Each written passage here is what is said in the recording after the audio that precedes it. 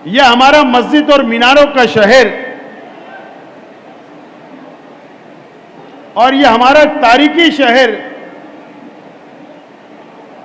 में हमारी पार्टी की पहली जिम्मेदारी आप लोगों को दी जा रही है, इस उम्मीद के साथ कि इंशाअल्लाह आप लोग के ऊपर जो जिम्मेदारी दी जा रही है एक बहुत बड़ी जिम्मेदारी दी जा रही है। आप इसको मामूली ना समझे। अगर आपने ये जिम्मेदारी निभाई, शहर के अंदर पार्टी को मजबूत किया, तो हिंदुस्तान की तारीख में आने वाले म्युनिसिपल कॉरपोरेशन के चुनाव में इस्लाम पार्टी का मेयर बैठेगा और हिंदुस्तान की तारीख लिखी जाएगी।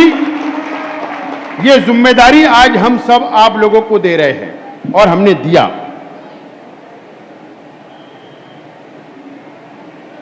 और मुझे उम्मीद है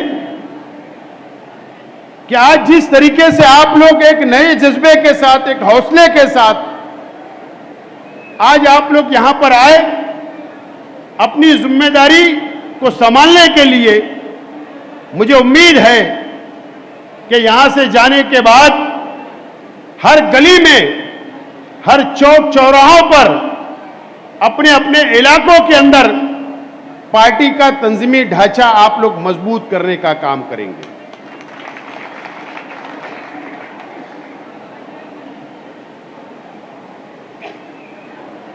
यहां पर कई लोगों को हमने ओहदे दिए जो मालेगांव शहर के लिए नहीं, बल्कि मालेगांव शहर के बाहर भी कुछ जिम्मेदारियां हमने दी है। ऑब्जर्वर बनाया है, कई लोगों को हमारा एडवाइजर बनाया, सरपरस्त हमने बनाया। कई लोगों के साथ, कई साथियों को बाहर के शहरों की जिम्मेदारी भी हम देने वाले हैं और हमने आज उन लोगों को जिम्मेदारी सौंपी है। मैं आज तमाम ही ओहदेदारान को, चाहे वो छोटा वर्कर हो, चाहे वो जिम्मेदार हो, मैं तमाम ही मेरे साथियों को यकीन दिलाना चाहता हूं कि मैं इस पार्टी को बढ़ाने के लिए, पार्टी की तंजीमी ढांचे को मजबूत करने के लिए मैं मेरा अकेला फैसला नहीं लूंगा, डिक्टेटरशिप नहीं करूंगा, बल्कि आप लोगों के सलाह मशवरे से यह पार्टी को बढ़ाने का काम करूंगा। इस बात का मैं आज आप लोगों से वादा करता हूं और खास तौर पर शेख रशीद साहब के तमाम ही जो दोस्त है, जो शेख रशीद साहब के साथ साना बसाना चले, जल्द ही मैं उनकी मीटिंग लेकर एक मजबूत लाएमल हम लोग तैयार करने की हम लोग कोशिश करेंगे। असेंबली का इलेक्शन हम हारे, आप लोगों ने, हम लोगों ने मेहनत की, हम लोगों ने जद्दोजहद की, एक एक कार्यकर्ता ने रात और दिन एक किया, बहुत मेहनत की। हम लोग 162 वोट से इलेक्शन हार गए। भाई, बार बार समझाने के बावजूद भी आप आपस में बात करोगे तो मैं रोक देता हूं बात।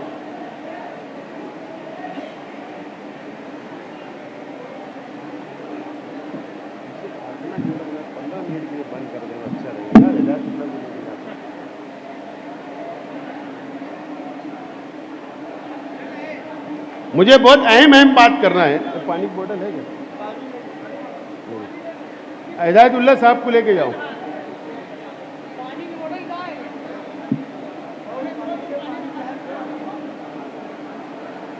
हम लोग 162 वोट से इलेक्शन हारे। हम सब लोगों ने मेहनत की, बहुत मेहनत की, मां बहनों ने किए, नौजवान साथियों ने किए मेहनत, मासूम मासूम बच्चों ने किए, लेकिन अल्लाह ताला का फैसला अल्लाह की बहुत बड़ी मसलियत उसके अंदर छुपी होगी। हम इलेक्शन हार गए, हम 162 से इलेक्शन हार गए। अब असेंबली का इलेक्शन 4 साल के बाद आएगा। 4 साल कल क्या होगा? हम जो लोग आज बैठे हैं, कौन जिंदा रहेगा, कौन मर जाएगा, कोई गारंटी नहीं ले सकता है। अब 4 साल किसने देखा? लेकिन अल्लाह ताला हम लोगों को जितनी भी जिंदगी दी, हमारी भी मौत लिखी है। एक दिन दुनिया से जाना है। हमारा ईमान है, हम मुसलमान हैं। हमारा ईमान है कि जो शख्स दुनिया में आया उसको एक दिन दुनिया छोड़कर जाना है। यह हमारा मजबूत ईमान है।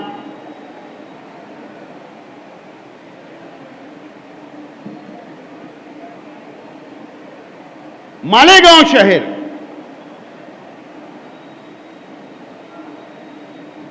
आज के हालात, इस महाराष्ट्र के हालात, इस मुल्क के हालात और खास तौर पर इस शहर के हालात से आप वाकिफ है। आप समझ रहे हैं ये शहर को। कसम खुदा की बोलता हूं दोस्तों,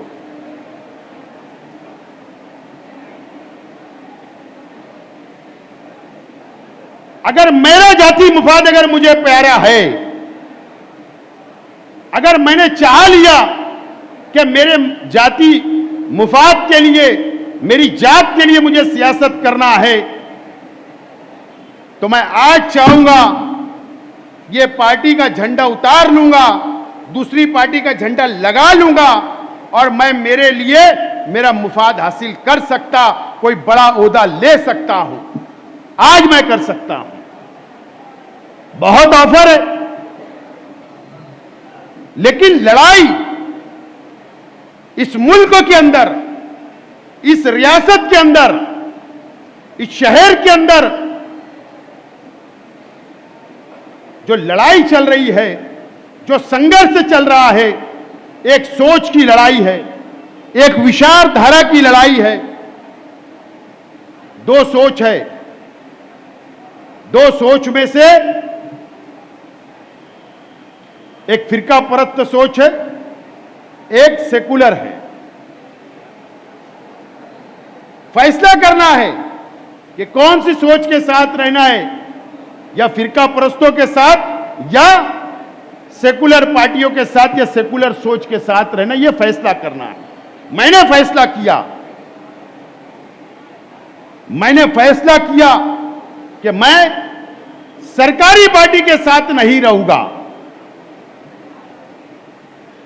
मुझे इस शहर के लिए लड़ना है, मुझे इस महाराष्ट्र के मुसलमानों के लिए लड़ना है, और उसका साथ अगर आप मेरा साथ दोगे तो हम फिरका परस्तों का मुकाबला कर सकते हैं।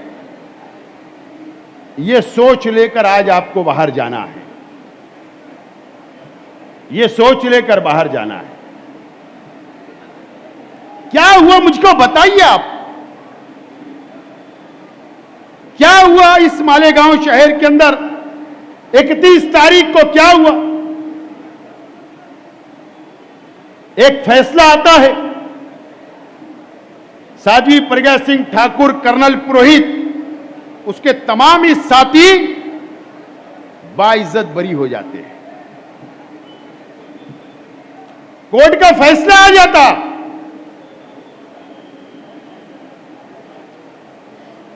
भिक्खू चौक का जो ब्लास्ट हुआ उसमें बच्चे भी थे, बूढ़े भी थे, शहीद हो गए, दुनिया से चले गए। उनका खून आज भी हमारी आंखों के सामने है। उनकी लाशें आज भी हमारी आंखों के सामने है। 17 साल के बाद फैसला आया, बाइज्जत बरी कर दिए गए। बहुत अफसोस की बात है, बहुत अफसोस की बात है। ठीक है, हम कानून को मानते हैं, हम कोड को मानते हैं, हम संविधान को मानते हैं, हम आदर करेंगे, लेकिन इस देश की एजेंसियों के ऊपर अब हमको भरोसा नहीं है।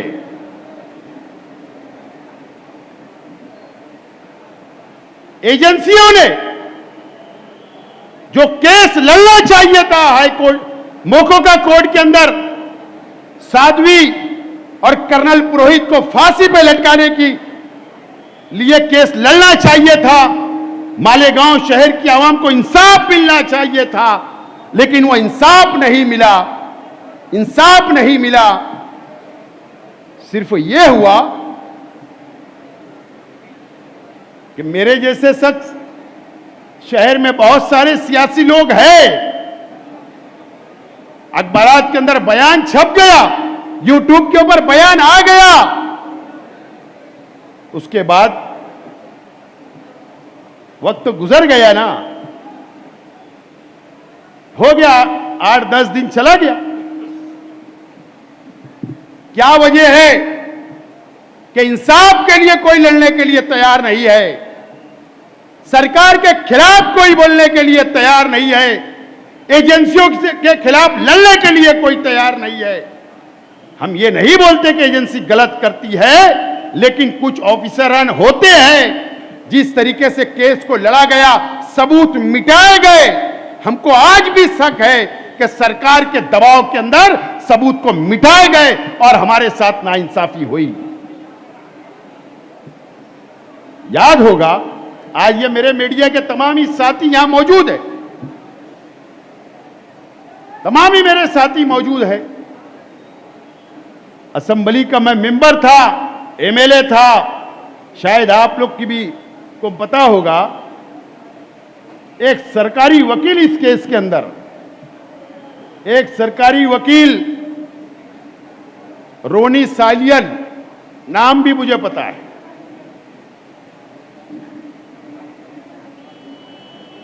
सरकारी वकील जो हमको इंसाफ दिलाने के लिए केस लड़ रही थी, वो सरकारी वकील रोनी सालियन ने इस्तीफा दे दिया और ये बयान दिया था कि सरकार का मुझ पर दबाव आ रहा है,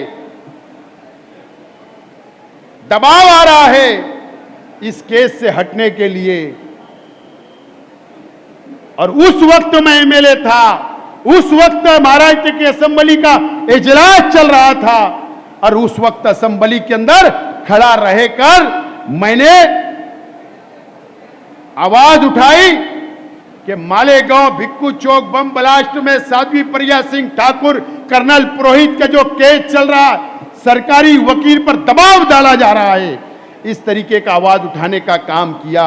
लेकिन अफसोस कि इस मालेगांव शहर की आवाम को इंसाफ नहीं मिला और हमारे दोनों नुमाइंदे आज भी खामोश है, और ना उन्होंने कल भी असेंबली में आवाज नहीं उठाई और ना पार्लियामेंट के अंदर भी आवाज नहीं उठी। ये अफसोस और शर्म की बात है दोस्तों। कौन लड़ेगा बताइए मुझे? एक मजदूर जाकर लड़ेगा, एक गरीब जाकर लड़ेगा, एक छोटा मोटा धंधा करने वाला इनसे लड़ेगा? कौन लड़ेगा? ठीक है, मेरे परिवार से कोई शहीद नहीं हुआ, यहां बैठे होंगे उनके परिवार से कोई शहीद नहीं हुआ, लेकिन अगर इंसाफ के लिए हम लोग नहीं लड़े तो याद रखना, इस तरीके से अगर नाइंसाफी हमारे साथ होगी तो कल हमारे अपने परिवार के लोग भी महफूज नहीं रहेंगे। ये बात याद रखना। आप डरे हुए आप देख लीजिए, 9 या 10 एमएलए है महाराष्ट्र असेंबली के अंदर, 1 या 2 एमएलए को छोड़ दो। मैं तो साफ बोलता हूं कि अबू हसीम आजमी को छोड़ दो। साफ बोलता हूं, मुझे बताओ कौन सा एमएलए मुसलमानों के हिमायत में वहां आवाज उठा रहा है? कौन सा एमएलए फिरका परस्ती के खिलाफ आवाज वहां उठा रहा है? बताइए मुझे, सवाल है मेरा।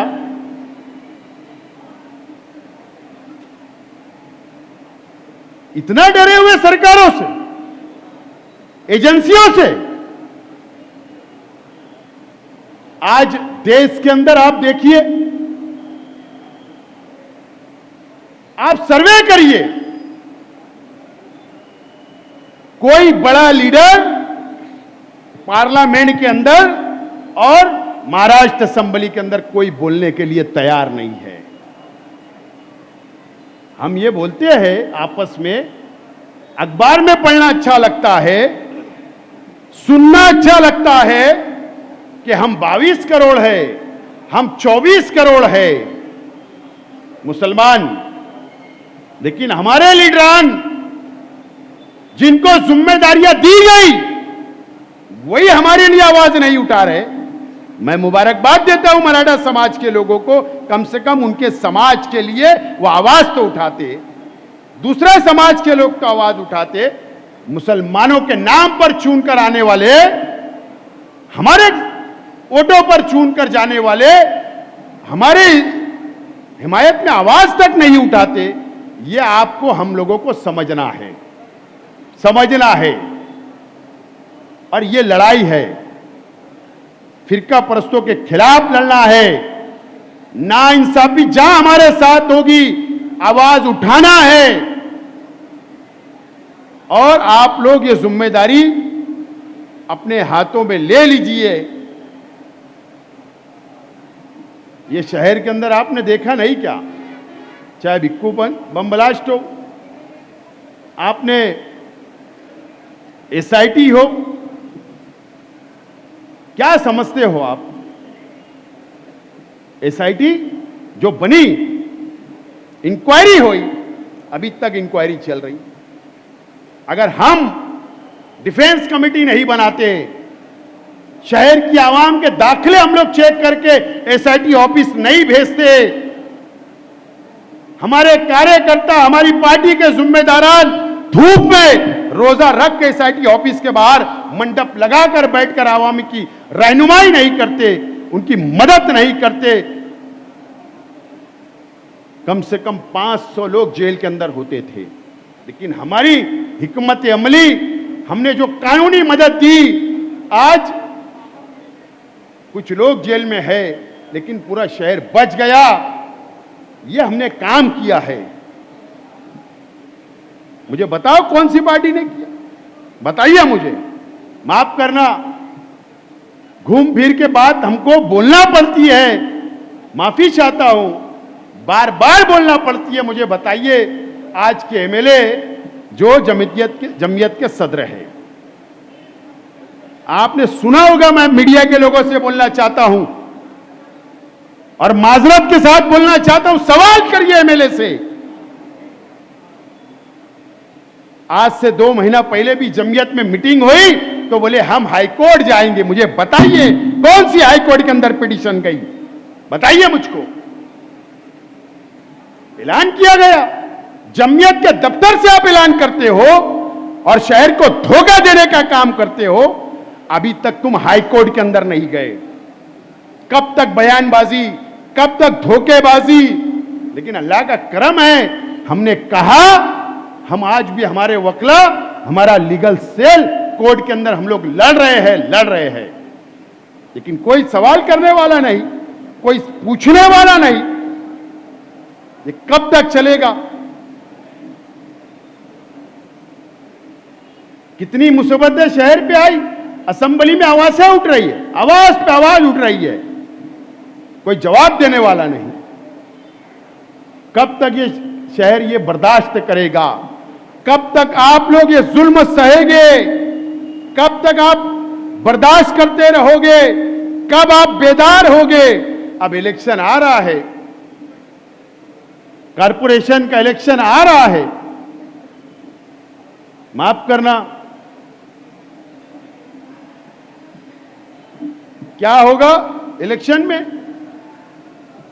समाज की दुआई दी जाएगी, समाज की दुआई दी जाएगी, रिश्तेदारी की दुआई दी जाएगी,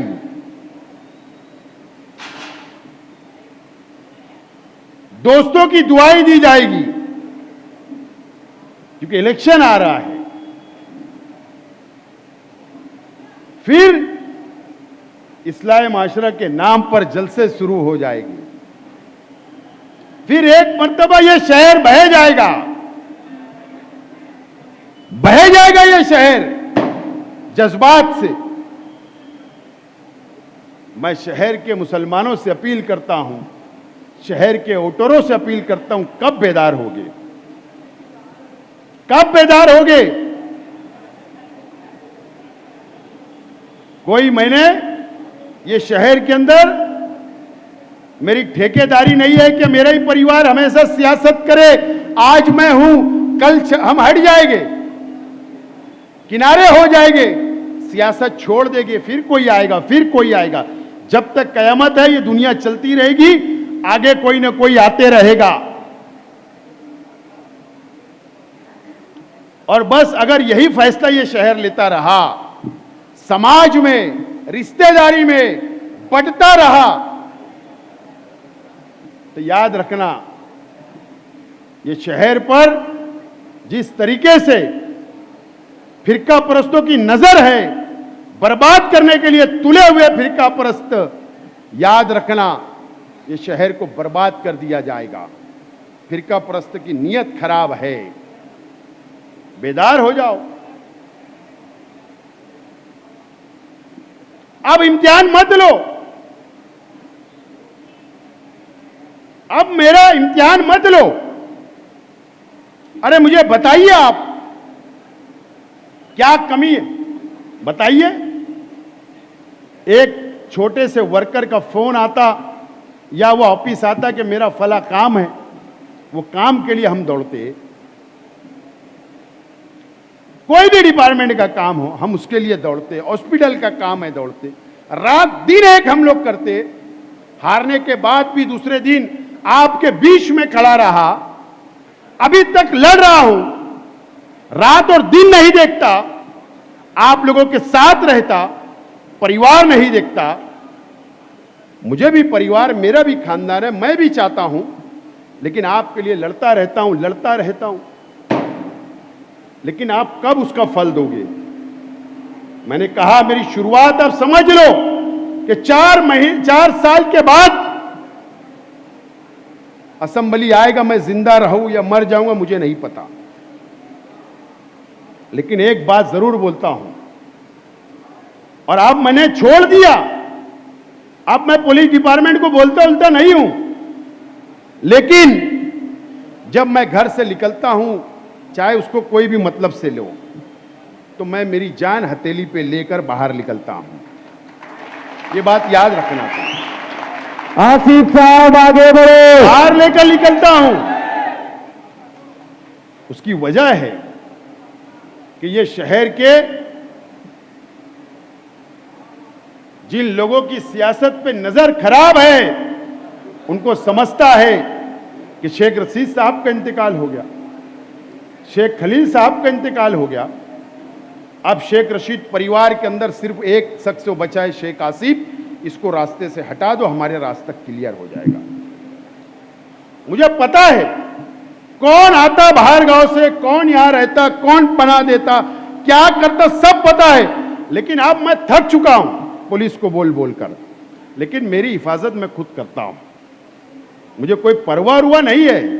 लेकिन अगर मैं 2 इलेक्शन हारा, उसके बाद आपके सामने खड़ा हूं, आपके लिए लड़ रहा हूं, गरीबों के लिए लड़ रहा हूं, हर समाज, हर बिरादरी के लिए लड़ रहा हूं, आवाज उठा रहा हूं, हुकूमत से के खिलाफ आवाज उठा रहा हूं, फिरका परस्तों के खिलाफ आवाज उठा रहा हूं, तो कब आप हमें सिला दोगे? कब हमको जिम्मेदारी दोगे शहर संभालने की? ये इलेक्शन आ रहा है, ये इलेक्शन के अंदर मैं भी देखना चाहता हूं कि आप क्या फैसला करते हो, क्या जिम्मेदारी देते हो या नहीं देते हो। अब वक्त आ रहा है कारपोरेशन का, अगर आपने कारपोरेशन की सत्ता हाथ में दी तो यकीन जानना फिरका परस्तों को ये शहर में घुसने नहीं दूंगा।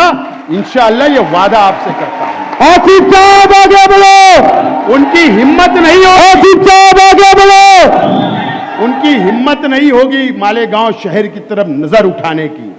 जिम्मेदारी से बोल रहा हूं दोस्तों, अल्लाह बड़ी बात ना करवाए, जिम्मेदारी से बोल रहा हूं। कॉन्फिडेंस है,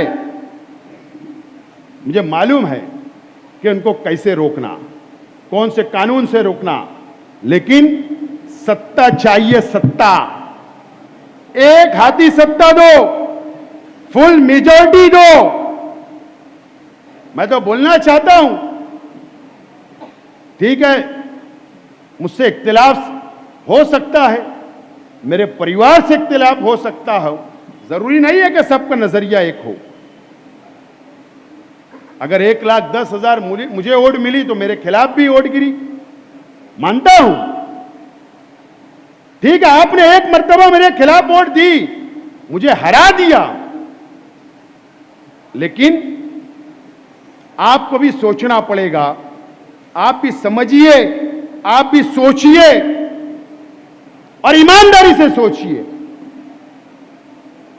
ईमानदारी से फैसला लीजिए कि ये शहर कौन संभाल सकता है, किसमें काबिलियत है, उसके बाद फैसला करिए। लेकिन मौका तो दो।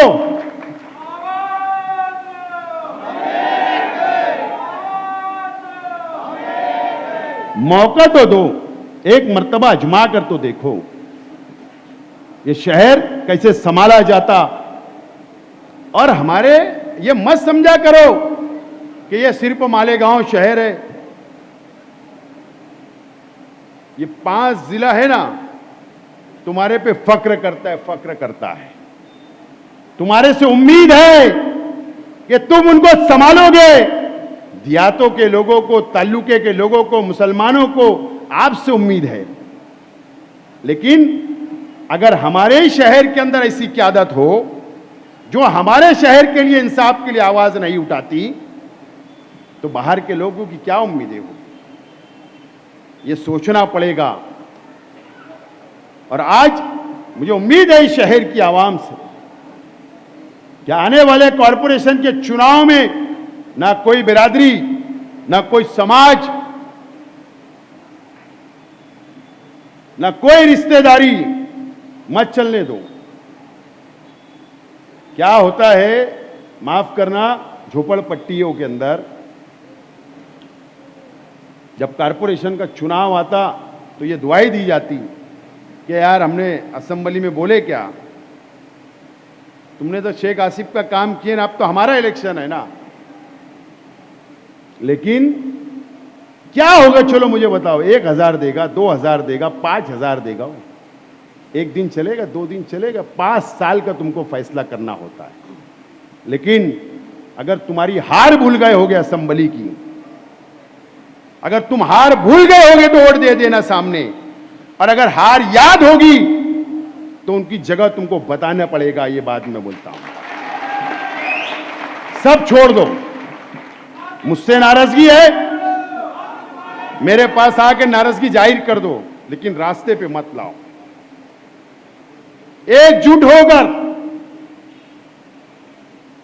हम बहुत करीब है सत्ता के, बहुत करीब है दोस्तों।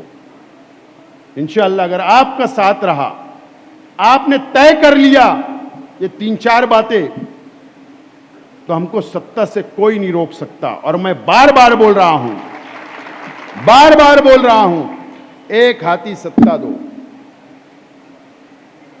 ये दामन फैलाकर मेरे को किसी के पास मत भेजो, तो भेजोगे दामन फैला के 4 कम पड़ गए, 10 कम पड़ गए, काय को ये धंधा होना। तुम्हारे पास ताकत है, ताकत है तुम्हारे पास, क्यों मुझे झोली फैलाने लगा रहे हो? अरे सिर्फ झोली भर के कैंडिडेट को वोट दे दो, कहीं झोली फैलाना नहीं पड़ेगा, कहीं झोली नहीं फैलाना पड़ेगा। मुझे उम्मीद है, बहुत उम्मीद है इस मर्तबा। मैं मेहनत कर रहा हूं, आप मेरे साथी हो, मेरी ताकत हो, आप मेरी ताकत बनकर मेरे साथ साथ चलकर हम इस शहर के अंदर इंकिलाब लेके आओ, इंकिलाब। और मुझे उम्मीद है इस मर्तबा इस शहर इंकिलाब लाएगा। लड़ेंगे, जीतेंगे। मैं, पार्टी की मीटिंग है, पार्टी का इजलास है, इसके लिए कुछ चंद बातें बोलना चाहता हूं माजरत के साथ। 84 वार्ड है, 60 के तकरीबन 60 सीट नदिया के इस पार आती है, 60 सीट। अब जाहिर सी बात है कि एक वार्ड के अंदर 4 टिकट, एक पैनल 4 का है, तो 4 उम्मीदवार फाइनल करना होगा। 8 है, 6 है, कहीं कहीं 10 है, कहीं 14 भी है उम्मीदवार। सबकी मानता हूं मैं कि सबका हक है टिकट मांगने का, मांगना चाहिए, लड़ना चाहिए, पार्टी के पास लड़ना चाहिए। लेकिन अगर पार्टी के जिम्मेदार पार्लियामेंट्री बोर्ड जो फैसला कर दे तो आवाम ने उन्हीं के साथ रहना चाहिए। मैंने कहा ना, बिरादरी नहीं, समाज नहीं, रिश्तेदारी नहीं, पार्टी के फैसले को मानना पड़ेगा, नंबर 1। नंबर 2, अब आधी सीट लेडीज होगी, आधी सीट जेंट्स होगी। एक पैनल में 2 लेडीज 2 जेंट्स, 2 लेडीज 2 जेंट्स। अब अगर सब यही चाहेंगे कि मुझे जेंट्स से टिकट मिले, सब चाहेंगे जेंट्स से, जेंट्स से, जेंट्स, फिर लेडीज कौन लड़ेगा? तो अगर पार्टी को लगा तो जरूर आप लोगों को बुलाकर बोलेगी पार्टी कि यार भाई, मैं क्या बोल रहा हूं कि ज़हनी तौर पर तैयार नहीं हो पाते, इलेक्शन करीब आ जाता और तैयार नहीं हो पाते, तो कम से कम ज़हनी तौर पर तैयार भी रहना चाहिए। कोई भी हो, मेरे परिवार का क्यों ना हो, मेरे घर का क्यों ना हो, मैंने भी और मेरे घर वालों ने भी और आप लोगों ने भी ज़हनी तौर पर तैयार रहो कि पार्टी अगर हो सकता है कि मजबूरी है पार्टी की, तो पार्टी लेडीज टिकट भी देंगी, तो उसके लिए भी पार्टी का शुक्रिया अदा करो। जेंट्स से देगी, उसका भी शुक्रिया अदा करो, क्योंकि पैनल इतना अच्छा बनाना है कि हम लोगों को सामने वालों को जगह नहीं देना है, सामने वालों को जगह नहीं देना है, नाराजगी ना हो, बैठकर संजीदगी से, जज्बात में नहीं, गुस्से में नहीं, बैठकर बातचीत करें, समझ बूझ के रास्ता निकालने की कोशिश करें।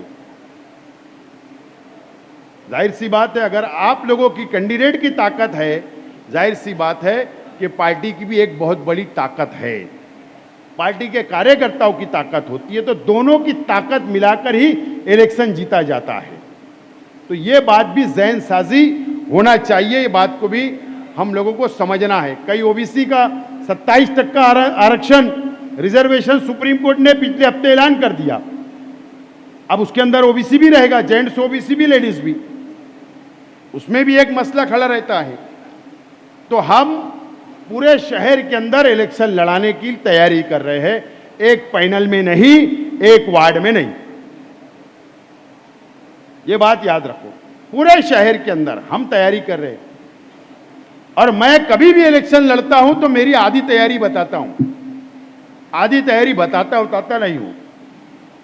यहां तक कि मेरे घर वालों को भी मेरी आधी तैयारी का पता नहीं होता। मैंने सियासत के अंदर यह सीखा हूं और किसी को बताता नहीं, मेरा काम चालू रहता है।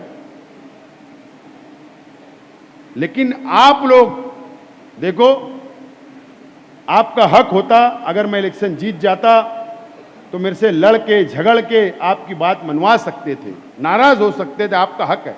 लेकिन यार, मैं इलेक्शन हार चुका हूं, अगर ये लड़ाई मैं लड़ने की तैयारी कर रहा हूं तो मेरे लिए नहीं, मैं आप लोगों के लिए लड़ रहा हूं, यह बात आपको समझना पड़ेगी। मेरे लिए नहीं लड़ रहा हूं, मेरे लिए नहीं, मैं कारपोरेटरों के लिए, उम्मीदवारों के लिए ये लड़ाई की शुरुआत किया हूं, मेरा वक्त देने की शुरुआत किया हूं, मेहनत कर रहा हूं, जोड़ रहा हूं, तो आपके लिए, आप लोगों के लिए, और ये शहर को संभालना है। ये शहर को अब हम ऐसा नहीं देख सकते, मैं नहीं देख सकता हूं। मैं बहुत करीब से शहर की सियासत को, महाराष्ट्र की सियासत को समझ रहा हूं, आपको नहीं समझ रहा। राहुल गांधी जी ने एक मुद्दा उठाया तो 3-4 दिन पहले, वो बहुत बड़ी बहस है, लेकिन अगर भारतीय जनता पार्टी, आरएसएस अगर ये देश के अंदर राज कर रही, महाराष्ट्र में राज कर रही, तो इसका मतलब बहुत बड़ा घोटाला इस देश के अंदर हुआ है, और वो घोटाले का सीधा असर, नुकसान अगर किसी को हो रहा है तो इस देश के मुसलमानों को, दलितों को, आदिवासियों को और क्रिश्चियनों को हो रहा है। वो घोटाला है, जरूरत पड़ी तो मैं तो लड़ता हूं और लड़ूंगा, लेकिन यकीन जाना दोस्तों, ईमानदारी से मैंने इलेक्शन हमेशा लड़ा, बेईमानी से नहीं, बेईमानी से नहीं। मैं एक बहुत अच्छा वाकया आपको बताता हूं, अगर मेरे अंदर बेईमानी होती तो। इलेक्शन का मैंने नॉमिनेशन कर दिया, मीडिया वाले सुनिए मेरी बात, नॉमिनेशन कर दिया और खैबान निसाद चौक के ऊपर जलसा था और मैं वहां जा रहा था। मुझे एक फोन आया, बोले आपसे अर्जेंट मिलना है।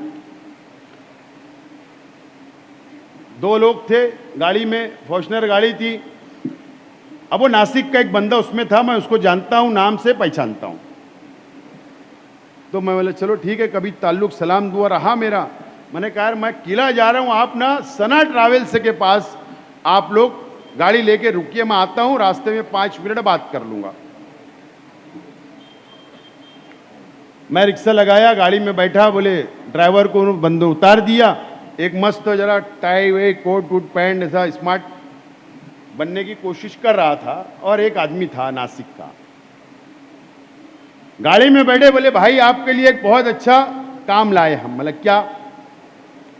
बोले 6 CR आप हमको दे दो, हम आपको इलेक्शन जिता देंगे, पेटी मैनेज कर देंगे, मशीन मैनेज कर देंगे, हर तीसरा वोट आपको गिरेगा। मैंने कहा कि यार मैं ये इलेक्शन नहीं लड़ता हूं ऐसा, और मुझे ऐसा भरोसा नहीं है, मुझे भरोसा नहीं है, मैं इलेक्शन नहीं लड़ता हूं। बोले आप सुनिए तो 3 पर आ गए हो कि 3 CR दे देना, अभी तुम 2 दे दो, 1 बाद में देना। मैंने कहा नहीं, तुम डेमो बताओ, चलो मेरी शर्त है, डेमो बताओ, मशीन लाओ, मशीन का डेमो बताओ कि अगर बीजेपी का बटन दब रहा तो मुझे वोट गिरेगा ये बताओ, या मेरा बटन दब रहा बीजेपी को वोट मिलेगा ये बताओ, डेमो तो बताओ। बोले नहीं डेमो की अभी टाइम नहीं है। बोले ये आदमी को आप पहचानते नहीं। मतलब फिर बोले हरियाणा के अंदर किसानों का आंदोलन हुआ, वहां कांग्रेस की सरकार आ रही थी, ये शख्स है पूरी पेटी को मैनेज किया और इसने हरियाणा के अंदर बीजेपी की सरकार लेके आई, ये वो आदमी है। मैंने नहीं कहा, मतलब मैं ऐसा इलेक्शन नहीं लड़ूंगा, मैं पब्लिक में जाऊंगा, पब्लिक पर भरोसा है, मैं इलेक्शन लड़ूंगा पब्लिक के लिए। बाद में पता चला कि समाजवादी के पास भी गए थे, वहां पर जितनी बड़ी पार्टी है उतने बड़ा अमाउंट की बात होती, तो वहां पर गए तो बोले आप 85 लाख दे देना, आपको जिता देंगे। वही लोग, तो उन लोगों को भी विश्वास नहीं आया, रे बोले सब जाओ भैया, ये सब नहीं चलता, हमने भी बहुत राजकारण देखा, सियासत देखी। तो मेरे भाई के पास चले गए, जो सुना बोल रहा हूं आए। अब मेरे से नहीं फंस पाए, मैं नहीं फंस पाया, समाजवादी नहीं फंस पाई, लेकिन तीसरा आदमी फंस गया उसमें। हाँ, तीसरा आदमी फंसा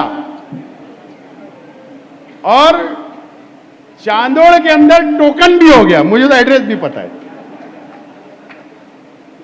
बोले सब शेख आसिफ 3 नंबर पे, मुफ्ती इस्माइल 2 नंबर पे, मैं 1 नंबर पे, 4 नंबर पे समाजवादी। बोले हर तीसरी वोट मुझे मिल रही। जब पेटी खुली तो क्या हुआ? तो इसके ऊपर भरोसा और विश्वास नहीं करने का है, हमको इलेक्शन लड़ने का है, आवाम के पास जाकर आवाम के पास वोट मांगने का है, उनके पास झोली फैलाने का है और उनके ही बलबूते के ऊपर इलेक्शन जीतना है। ये सब फालतू बातें छोड़ दो, ज़हन से निकाल लो, इससे कुछ होता नहीं। अगर ऐसा रहता तो मेरा ऐसा मानना है कि 1,62,000 वोट तुमको नहीं मिलती।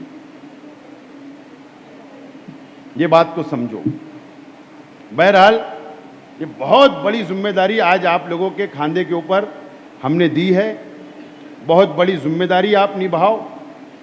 ये झंडा लेकर हमको निकलना है। मैं यूथ बॉडी के तमाम ही ऑब्जर्वर समेत सदर, कार्यकारी सदर, पूरी बॉडी के लोगों से एक अपील करता हूं कि 15 अगस्त से एक प्रोग्राम आप लोग हाथ में लो।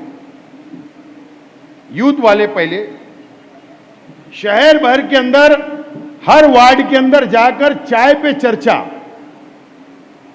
टोटल ओहदेदारान जिस इलाके में जाएंगे उस इलाके के लोगों को एक दिन अव्वल बोलो, वहां के ओहदेदार अपने साथ रहेंगे, वहां 50 कुर्सी राउंड लगाओ, ज्यादा नहीं, बड़े चौक में लगाओ, कहीं अंधेरे में नहीं, वॉल कंपाउंड में नहीं, वार्ड के बीचों बीच इलाके के अंदर 50 कुर्सी लगाकर सबकी चाय मंगाकर वहां पर इलाके के नौजवानों को जोड़कर पार्टी की पॉलिसी बताओ, पार्टी की पॉलिसी बताओ।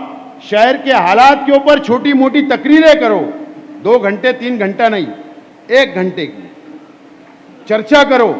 शहर के अंदर क्या मसाइल है, शहर में इस्लाम पार्टी क्यों जरूरी है, हम किन लोगों के खिलाफ लड़ रहे, हम क्यों चाहते कारपोरेशन का इक्तिदार, हम कैसे ताकतवर है जो बीजेपी और फिरका परस्तों से लड़ सकते हैं, इसके मुद्दे हम बनाकर आपको देंगे। आप लोग कम से कम 100 मीटिंगें का टारगेट लो, एक दिन में 2 मीटिंगें, 50 दिन का टारगेट लेकर पूरे शहर को छान लो, एक एक गली एक एक मोहल्ले में पहुंच जाओ झंडा लेकर, और झंडा तुम्हारे हाथ में रहना चाहिए।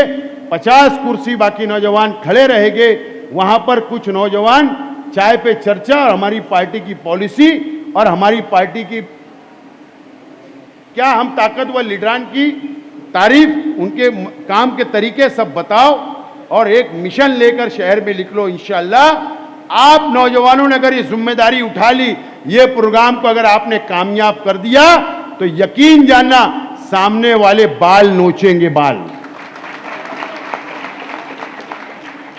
नदी के उस पार वाले भी और नदी के इस पार वाले भी बाल नोचेंगे। 15 अगस्त ये शहर को फिरका परस्तों से आजादी दिलाने के लिए ये आंदोलन तुमको शुरू करना है, शहर में झंडा लेकर निकलना है। ये बात का आज मैं आपको हुक्म देता हूं कि ये जिम्मेदारी 15 अगस्त से आपको शुरू करना है।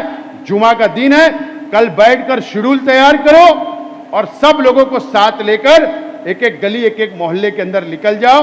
और जो लोगों को यहां अभी लेटर रह गए उनको कल पार्टी ऑफिस में बुलाकर लेटर दो, उनके साथ फोटो निकालकर उनको भी आगे काम लगाओ।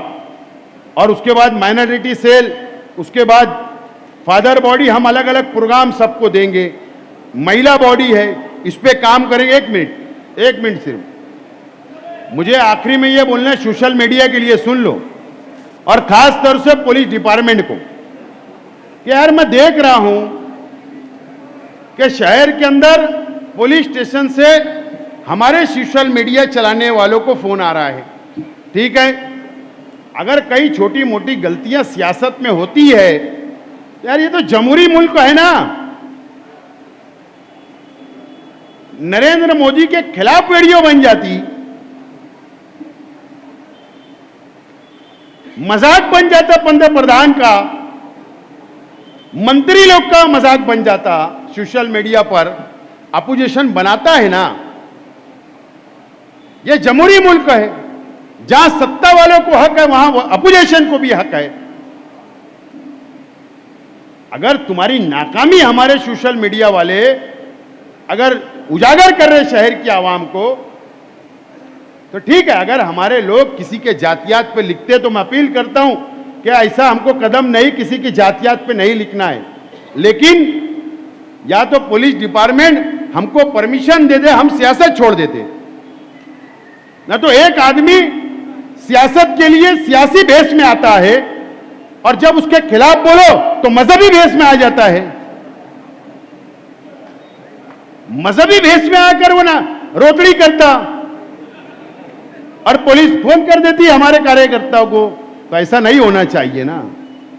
पुलिस डिपार्टमेंट से अपील है, ऐसा नहीं होना चाहिए। न तो हम सब एक लेटर लिखते राष्ट्रपति को कि आप संविधान पद पे बैठे हो, आप राष्ट्र के प्रमुख हो, हमको जैसा बोलते हैं ना, कई लोग बोलते हैं कि यार हमको फांसी लेने मंजूरी दो, तो हम उनसे मांग लेते कि मालेगांव शहर के अंदर हम पे अत्याचार हो रहा, एक मजहबी आदमी दो लिबास में आ जाता, हमने सियासत करना कैसे? हम भी उनसे परमिशन मांग के छुट्टी करते, शहर में कुछ हो जाएगा। अरे 10 साल से मिले, कभी कुछ हुआ? डिपार्टमेंट से बोलना चाहूंगा, लैंड ऑर्डर बिगड़ा। लैंड ऑर्डर बिगाड़ना इतना आसान काम नहीं है, और लैंड ऑर्डर बिगाड़ने हिम्मत लगती है, और एमएलए साहब में हिम्मत है नहीं। पुलिस डिपार्टमेंट को पता है कि मछली बाजार से कौन सी गली से भागे थे, ऐसे लोग से पुलिस डरेंगी कि लैंड ऑर्डर खराब हो जाएगा, लैंड ऑर्डर खराब हो जाएगा। कब तक सुनेंगे? कान पक गए। न तो एक दिन पुलिस ने उनको बोलना चल खराब करके बता दो भैया। खराब उराब नहीं कर सकते।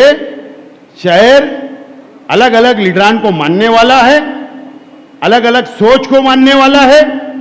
पुलिस डिपार्टमेंट इस बात की नोट लो, नहीं तो पुलिस ने परमिशन देना, हम राष्ट्रपति महोदय को हमारा लेटर ही लिख देते। अब जान दो, घर बैठ जाते। अब क्या करते? एक आदमी दो भेष में आ रहा, तो करेंगे क्या यार हम? अब उसके आड़ में नवा काम चल रहा, एमएलए को आगे करो, मौलाना को आगे करो, मुफ्ती साहब को आगे करो। क्यों पता है?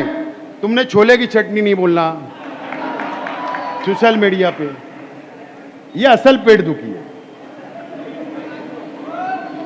जितना छोले की चटनी बोल सकते उतना बोलो।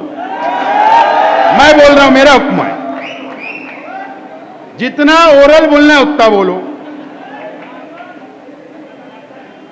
एक तो भैया जेल में, सिर्फ नाम मत लिखो, सब बोलो। अभी अगर ये सिर्फ सोशल मीडिया से डरेंगे, अभी मैंने तो इलेक्शन पीरियड में स्क्रीन लगाने का सोचा हूं, फिर क्या करोगे? मैं गली गली साइकिल के ऊपर स्पीकर लगा के गली गली औरतों को भी सुनाऊंगा कि अच्छाई और बुराई देखो। किसको किसको रोकेंगे? ये आजाद मुल्क है, आजादी है सबको। या तो मौलाना को आगे करो या एमएलए को आगे करो, बस दो या फैसले होंगे। मैं तो ये एकदम तैयारी के अंदर हूं। 15 अगस्त को लेटर लिख देता है, वो जान दो राष्ट्रपति को। 15 अगस्त भी जुम्मे को एक मस्त लेटर बना के भेज देते, जाओ। तो ये सोशल मीडिया, सबसे पहले मेरी अपील जातियात पे नहीं। अब उनकी चालाकी है कि 2 दिन पहले किसी ने किसी लीडर के घर तक बात गई, सोशल मीडिया पे लिख दिया। पुलिस की तहकीक के अंदर वह हमारा आदमी नहीं निकला, हमारा व्हाट्सएप ग्रुप नहीं निकला, उन्हीं के पार्टी के लोग निकले। यानी हमको बदनाम करने के लिए हथकंडे शुरू है। अब छोले की चटनी बोले तो डिपार्टमेंट को जाके बोलते यार अब बच्चे बड़े हो गए, शर्मिंदगी होती। तो वैसे काम काय को करना, काय को करना काम, जाहिर से काय को ऐसे धंधे करना। छोले की चटनी और क्या बोले, काटूंगा तो क्या निशान, क्या बोलते रहे, लव बाइट, क्या क्या है, काय को धंधे करना। तो ये तमाम ही चीजें, अभी हम तो बहुत शुरू लड़ने वाले लोग हैं। मैंने कहा ना, बार बार बोल रहा हूं, हथेली भी जान लेके निकलता हूं, सुबह निकला शाम को आऊं या नहीं पता नहीं, लेकिन लड़ूंगा तो जरूर। लड़ते लड़ते शहीद हो जाऊंगा, लेकिन झुकूंगा नहीं, झुकूंगा नहीं, ये बात तो तय है। ये बात तो एकदम तय करके मैदान में हम उतरे हैं। अगर मेरी बात पर आपको इत्तेफाक है नौजवान साथियों, तो लंगोट बांध लो और ये शहर को जीतना है, ये शहर को बचाना है। और मैं तो अपील करता हूं शहर के मौलाना, दीनी तंजीमें के लोग, उलमाओं से, अलग अलग मसलक की तंजीमों से, एक टीम मेरा साथ दे दो। आप दे दो एक टीम साथ मेरी पार्टी का। 5 साल का हिसाब लेना मुझसे। तुम्हारी हिम्मत, माफ करना इसलिए नहीं बोल रहा हूं, मैं कोई ऐसा चैलेंज नहीं कर रहा हूं आपको। आप कभी जाकर सवाल भी नहीं कर सकते एमएलए से कि बताइए क्या काम आपने किया, कभी नहीं करेंगे। दे दो ना, मुझसे सवाल करना आकर, बोल रहा, दावत दे रहा हूं, शहर एक हो जाओ, इनको जिम्मेदारी दी, इनको बाजू में करो और बोलो ना, आप छोले की चटनी चलेंगी, ना ओरल चलेंगे, ना ये चलेगा, सब अच्छाई बुराई बाजू में रखो। ये शहर को बचाना है, तुम्हारे घर की ये कहानी नहीं है, ये शहर को बचाने की है लड़ाई। मैंने एक कुल जमाती तंजीम के जुम्मे, माफ करना मैं बोल देता हूं, मुझ पे फिर कितने भी हमले हो, मुजम्मत हो, मैं डरता उठता नहीं। मैं कुल जमाती तंजीम के एक बहुत मोतबर शख्स को मिला, शहजाद सर। मैंने कहा कि यार कुल जमाती तंजीम, मैं अब्दुल हमीद अजहरी साहब का चेहरा जब देखता हूँ, अब्दुल आद अजहरी साहब का चेहरा देखता हूँ, मैं सूफी गुलाम रसूल साहब का चेहरा देखता हूँ, उस वक्त शकील फैजी साहब का चेहरा देखता हूँ, लेकिन आज की कुल जमाती के अंदर कितने डागी आम हैं। आप हम पे लाद रहे हो कुल जमाती, डागी आम, हमने बर्दाश्त करना। कुल जमाती तंजीम अच्छा है, मकसद अच्छा है, काम करना चाहिए, हम साथ है ना, लेकिन जब तक तुम डागी आम को बाजू में नहीं करेंगे ना, तो तुमको भी डाग ना लग जाए। अगर आम डागी रहा, उसके बाजू में अच्छा आम रहा, तो उसको भी डाग लगता है ना, तो डागी आम को बाहर करो। कुल जमाती का वेलकम कल भी था, आज भी और कल भी रहेगा, लेकिन डाग लग रहा, उसको बाहर करो, जरा गंदगी साफ करना पड़ता। अगर आप समझेंगे यार कोई बोलेंगे नहीं हमको, तो ऐसा नहीं है ना। शहर जमहूरी मुल्क है ना, ये शहर भी जमहूरी मुल्कों में है, हक है हमारा, हम पे लादो मत। ये भी आदेश, ये भी आदेश, ये ऐसा चलेंगे बोलेंगे नहीं, न तो आवाज तो उठेगी। अला एक खुला एक आदमी ओरल बोलता है, देखना अब तुम, अभी जीप के ऊपर फेटा उठा बांध के आगे वही रहेगा। मैं तो इंतजार कर रहा हूं वो दिन का, इंतजार कर रहा, वक्त है। डागी आम बाजू में करो, डागी आम बाजू में करो, नहीं चलेगा ऐसा। ये बात याद रखो, मैं कोई मसलकी तनाज़े की बात नहीं, सच्चाई बोल रहा हूं और सबूत है तो बोल रहा हूं। अगर सबूत चाहिए तो आ जाओ, देख लेना। अभी तो सिर्फ टेलर है, पिक्चर अभी बाकी है। और शेख रशीद साहब बोलते थे, हमारी किताब तो खुली किताब है, एकदम खुली किताब है। वैसा मैं भी सियासत करने वाला हूं, कड़क डिसीजन, ठाम डिसीजन, कठोर निर्णय, सख्त फैसला लेने वाला हूं मैं भी सियासत के अंदर। तो ये तमाम ही चीजें, शहर के हालात पे भी मैंने बोला था बात होंगी, मैंने बोल दिया हालात ये है। अब शहर को फैसला करने के क्या करना है, क्या करना है क्या नहीं करना है, पूरी शहर की किस्मत, शहर की तकदीर, ये सब आपके हाथ में, आवाम के हाथ में है। तो दोस्तों, अब ये पार्टी का प्रोग्राम, ओहदों की तकसीम का प्रोग्राम था। फारूक फैजुल्लाह साहब का मैं पार्टी में वेलकम करता। उन्होंने बिला शर्त हमारे पार्टी के अंदर प्रवेश किया। हमारे मौलाना क्या नाम, नईम हाफिज साहब ने भी पार्टी में प्रवेश किया, उन्होंने भी बिला शर्त, और कई लोग हमारे से राब्ते में है, वो लोग भी पार्टी के कामकाज को देख के मुतासिर हुए। बहरहाल पार्टी के अंदर सबको एक नज़र से देखने का काम, सम्मान का काम, सब नए साथी, जूने साथी, उस तमाम ही लोगों को साथ लेकर किया जाएगा। नए साथी जो आज नौजवानों को तकसीम ओहदा किया गया, वो तमाम ही साथी सबको साथ लेकर चलेंगे और अपना अपने व्हाट्सएप ग्रुप पे पार्टी का जो भी आदेश होगा, हुक्म होगा, मैसेज आएगा तो पढ़ो। अर्जेंट कभी कभी आंदोलन करना है, अर्जेंट मीटिंग लेना है, तो अलग अलग जिम्मेदारी रहती है। और माफ़ करना, मैं बहुत थक चुका हूं। पार्टी में कुछ लोग हैं तो रूठ जाते हैं, पार्टी में कुछ लोग हैं जो फौरन रूठ जाते हैं। तो रूठने का काम बंद करो। कब तक मैं भी बर्दाश्त करूंगा यार। हक पे रूठो ना, हक पे आकर मुझसे लड़ाई करो, मैं तैयार हूं। लेकिन अगर जाने अनजाने के अंदर कोई गलती हो जाती तो फौरन रूठ जाना, फिर हम जाओ, फिर मनाओ।